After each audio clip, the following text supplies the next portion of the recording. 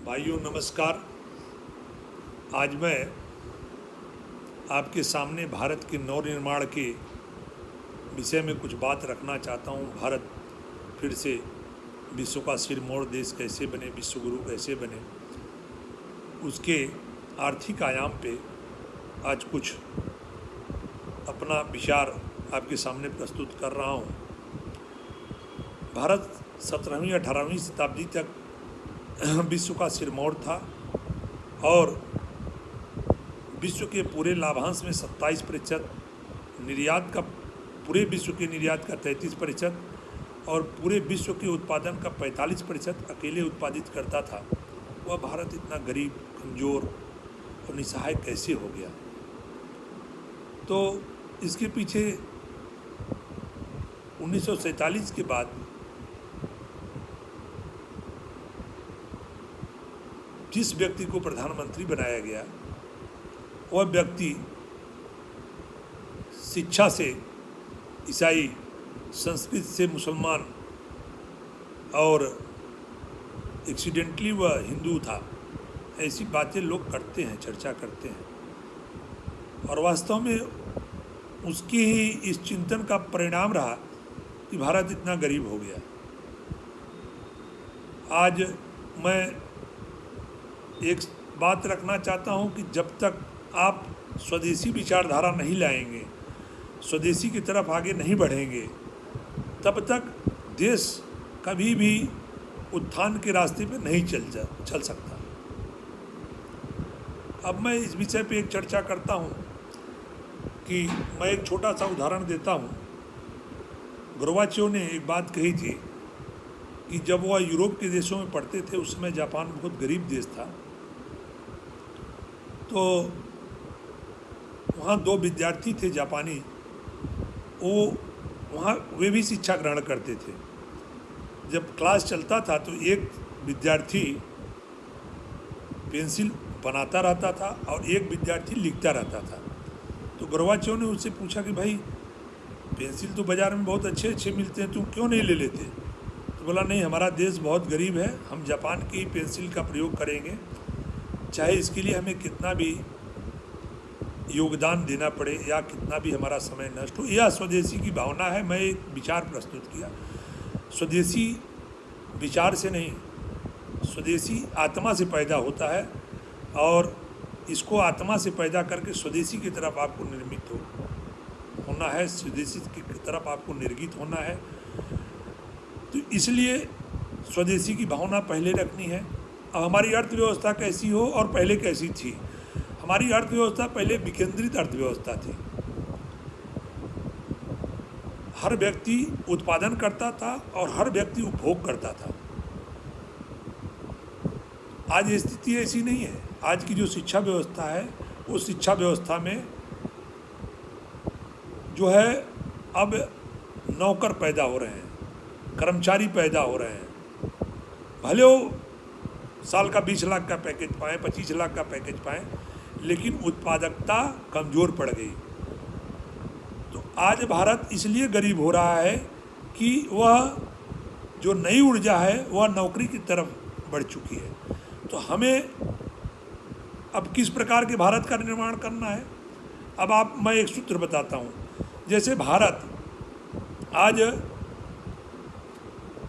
जो अपना राजस्व वसूल करता है, वो 11 से 12 लाख करोड़ रुपए का राजस्व वसूल करता है। तो उसमें किस क्षेत्र का योगदान है? व्यापार का है, उद्योग का है, सेवा क्षेत्र का है। तो इन तीनों क्षेत्रों से जो है हमारे राजस्व वसूली होते हैं, जो 11 से 12 लाख करोड़ रुपए के हैं। अब अगर हमें राजस्व बढ़ाना है, देश समृद्ध कैसे होगा? जब उसका राजस्व बढ़ेगी, उसके खर्चे कम होंगे। तो राजस्व बढ़ाने के लिए हमारा एक क्षेत्र ऐसा है जहाँ से हम कोई भी राजस्व प्राप्त नहीं कर पाते, माने उसमें राजस्व का 1% योगदान है, वह क्षेत्र है कृषि। और हम उल्टा क्या करते हैं, जब चुनाव आता है तो लाख लाख करोड़ रुपए, 50,000 करोड़ रुपए ऐसे हम किसानों का ऋण माफ करते हैं। हमने उन्हें सबल बनाया नहीं। अब स्थिति ये है कि किसानी को किस प्रकार से रेवेन्यू के क्षेत्र में लाया जाए, राजस्व के क्षेत्र में लाया जाए, इसके लिए एक अपने को प्रोग्रामिंग करना पड़ेगा। और एक ऐसा क्षेत्र है जिससे राजस्व तो प्राप्त होगा, फिर रोजगार भी प्राप्त होगा।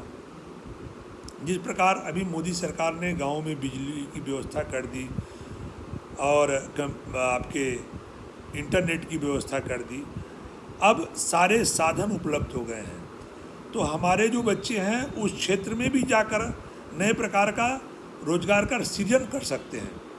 मात्र गेहूं चावल के उत्पादन से हम कृषि क्षेत्र को समुन्नत नहीं बना सकते। हमें व्यावसायिक उपज पैदा करना होगा, औषधियों की उपज लेनी होगी, और खेती जो है रासायनिक खादों का इस्तेमाल छोड़ना पड़ेगा, प्राकृतिक खेती करनी होगी, और हम इससे गुणात्मक परिवर्तन कर सकते हैं। और इसमें जैसे मत्स्य पालन हो गया, डेयरी हो गया, कीट पालन हो गया, और अनेक ऐसे क्षेत्र हैं जहाँ रोजगार के प्रचुर साधन हैं। हम कई लेयर के रोजगार पैदा कर सकते हैं। जैसे आज हम मनरेगा के तहत जो धन खर्च कर रहे हैं, साल का 60 से 70 हज़ार करोड़ रुपए मनरेगा पे हमारा खर्च हो रहा है। उसका रिजल्ट हमें क्या मिल रहा है? उसके परिणाम हमें कुछ नहीं मिल रहे हैं।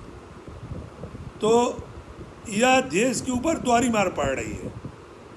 अब यदि कृषि उत्पादों का संरक्षण और वितरण तीनों ही गांवों से किसानों के माध्यम से किया जाए और अंतिम उपभोक्ता तक पहुंचाया जाए, उसमें बीच में कोई माध्यम न हो, तो आप समझ सकते हैं कि कितना बड़ा रोजगार का सृजन होगा। 3 स्तर पे कार्य करने वालों की आवश्यकता होगी। प्रथम जो फील्ड वर्क करने वाले हैं, जिसमें हम मनरेगा करने वाले मजदूरों को काम पे लगाएंगे, और खेत मालिक या जो लोग एक संगठन बनाकर उत्पादन कर रहे हैं उनसे मनरेगा की मजदूरी लेंगे। आपका मनरेगा का पैसा पहले बच गया। दूसरा, उनको कम ब्याज दर पर ऋण उपलब्ध कराएंगे। मान लीजिए जैसे 2%, 3%, 4% ब्याज दर पे ऋण जो है उनको मुहैया कराएंगे। उनका प्रोजेक्ट लेंगे, उस प्रोजेक्ट के माध्यम से अब उसका वितरण, उसका बाजार, तो जो हमारे कृषि से संबंधित जो लोग हैं, जो कृषि के कार्य में प्रवीण हैं, उनको तो हम सेकेंड लेयर पे रखेंगे। प्रथम लेयर पे हमने रख दिया जो है किसानों को, जो मनरेगा के माध्यम से कार्य कर रहे हैं, जो फील्ड वर्क करेंगे। दूसरा, जो सुझाव देने वाले कृषि तकनीकी के बारे में सुझाव देंगे, उनको रखेंगे। वो भी मजदूरों के साथ ही कार्य में संलग्न रहेंगे, उनकी कार्यों की समीक्षा करेंगे। तीसरा जो कैटेगरी हम डेवलप करेंगे, जो वितरण का कार्य करेंगे, कि मान लीजिए किसी वस्तु का दाम, मान लीजिए हमने आलू का उत्पादन किया, आलू का उत्पादन अगर मान लीजिए कि आज के यहाँ के बाज़ार में 20 रुपये किलो है, और अगर कहीं दूसरे बाज़ार में वहाँ 40 रुपये किलो है, वहाँ ट्रांसपोर्टेशन कास्ट हमारा 5 रुपये का आता है, तो फिर हम 15 रुपये का फ़ायदा कर सकते हैं। तो इस प्रकार की प्रतियोगात्मक बाजार व्यवस्था को रखना पड़ेगा।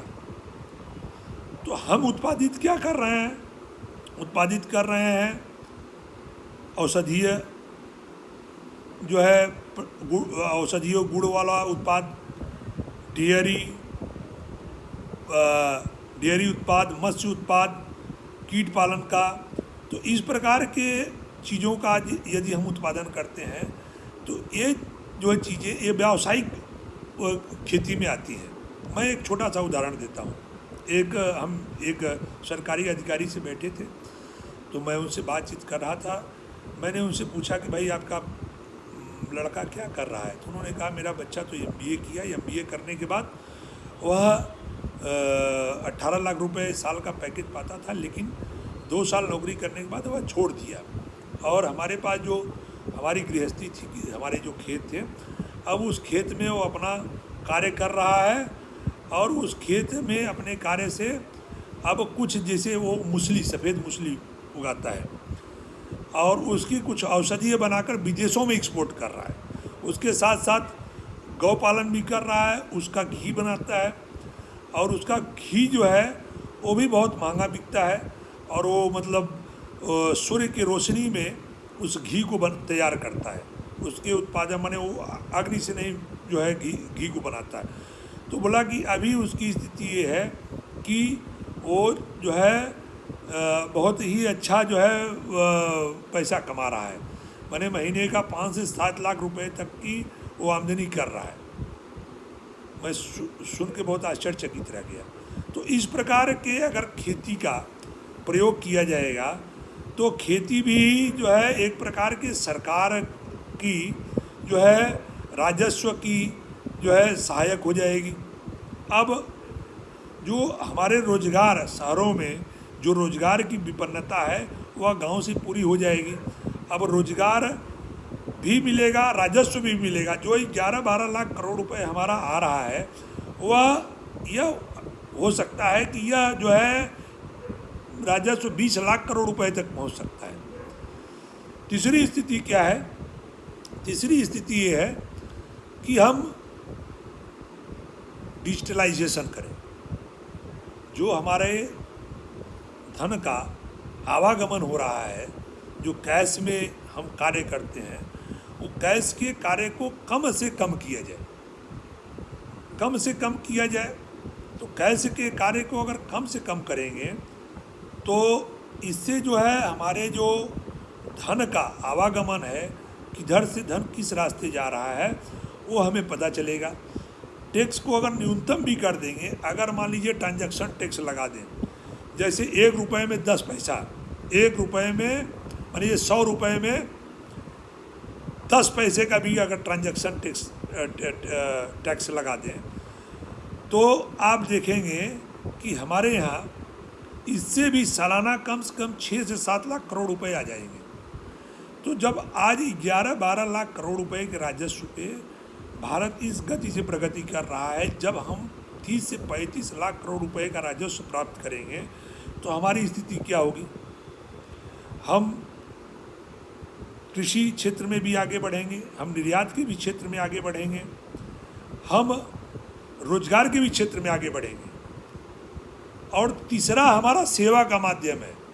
आज आप देख रहे हैं कि सेवा के माध्यम में अभी विश्व में योग का इतना अधिक डिमांड है कि अगर बच्चों को योग की शिक्षा प्राथमिक स्थिति से ही दी जाए तो खुद भी निरोगित रहेंगे और विश्व में लोगों को योग करा के भी निरोगित रहेंगे। यह सेवा का बहुत बड़ा क्षेत्र है, हम जिसको अभी तक जो है इग्नोर कर रहे हैं या इस क्षेत्र में हम प्रवेश नहीं कर रहे हैं। इस क्षेत्र का बहुत बड़ा डिमांड है, इस कार्य का बहुत बड़ा डिमांड है। इसलिए हम चाहेंगे विदेशी धन का भी आग्रह इससे होगा। और हमारा एक क्षेत्र है प्राकृतिक चिकित्सा, जो प्राकृतिक चिकित्सा में भारत अग्रणी है, इस क्षेत्र को भी हम आगे बढ़ा सकते हैं। फिर आज कोरोना काल में आप समझ लीजिए आयुर्वेद का 100% प्रयोग हो रहा है और जो लोग आज बचे भी हुए हैं वो आयुर्वेद के ही चलते बचे हैं। अगर उन्होंने जो प्रिवेंटिव ले रखा है वो आयुर्वेद का ही प्रिवेंटिव है, काढ़ा बना के पीना, सुदर्शन गणपति का लेना या जैसे भी है। तो इस कोरोना काल में जो उनका बचाव हो रहा है आयुर्वेद से ही बचाव हो रहा है। तो इसलिए हमको हमारे जो क्षेत्र हैं, हमारे जो दर्शन है, उस दर्शन के माध्यम से हमको आगे बढ़ना है। दूसरा चीज़ ये है कि जो हमारी पुरातन विद्या थी, ये धर्मपाल जी का साहित्य है, मैं धर्मपाल जी का पढ़ रहा हूँ साहित्य जो है इन्होंने लिखा है। तो धर्मपाल जी ने लिखा था कि हम किस प्रकार अपने व्यापार में और अपने कृषि में, अपने औषधीय क्षेत्र में हम आगे थे। तो कुछ व्यापार मैं पिछले वीडियो में बताया था कि किस प्रकार जो है 1990 में जो है गांधी विद्या संस्थान है बनारस में, यहाँ पे एक प्रयोग हुआ था लौह बनाने का। तो वहाँ पे अपने काशी विश्वविद्यालय के जो प्रोफेसर थे वो लोग भी थे धातु विज्ञान के, हाँ। और उन लोगों ने बताया था, MIT के भी लोग थे, तो उन्होंने बताया था कि ये जो लौह बनाया गया है ये माने बनाने का खर्च, मतलब समझ लीजिए कि आज के लौह उत्पादन से उसका खर्च कम से कम 20 गुना कम, और विश्व बाज़ार में उसका दाम जो है अन्य इस्पातों से 15 से 70 गुना अधिक। तो ऐसे प्रकार के उत्पादों का खोज करके ऐसे प्रकार के उत्पादों को बनाना, तो इस प्रकार हम भारत को एक ऐसी स्थिति में लाके खड़ा कर सकते हैं कि भारत प्रत्येक साल 30 से 35 लाख करोड़ रुपए का राजस्व प्राप्त कर सकता है, और भारत विश्व में एक अग्रणी देश बन सकता है। जो भारत के ऊपर कर्ज है वह भारत कर्ज भी चुका सकता है। और जिस प्रकार चीन आज अपने धन शक्ति से लोगों को गुलाम बना रहा है, हमें गुलाम नहीं बनाना है, लेकिन हम धन शक्ति से सहयोग करके और विश्व बंधुत्व की भी बात कर सकते हैं। तो इसलिए मैं आग्रह करूंगा कि मोदी जी कृपया आप इस हमारे चर्चा पर ध्यान दें और इस विषय पर शोध और अनुसंधान करें। धन्यवाद, नमस्कार। और भाइयों से अनुरोध है कि इस हमारे वीडियो को ज़्यादा से ज़्यादा लाइक करें, सब्सक्राइब करें और शेयर करें। नमस्कार।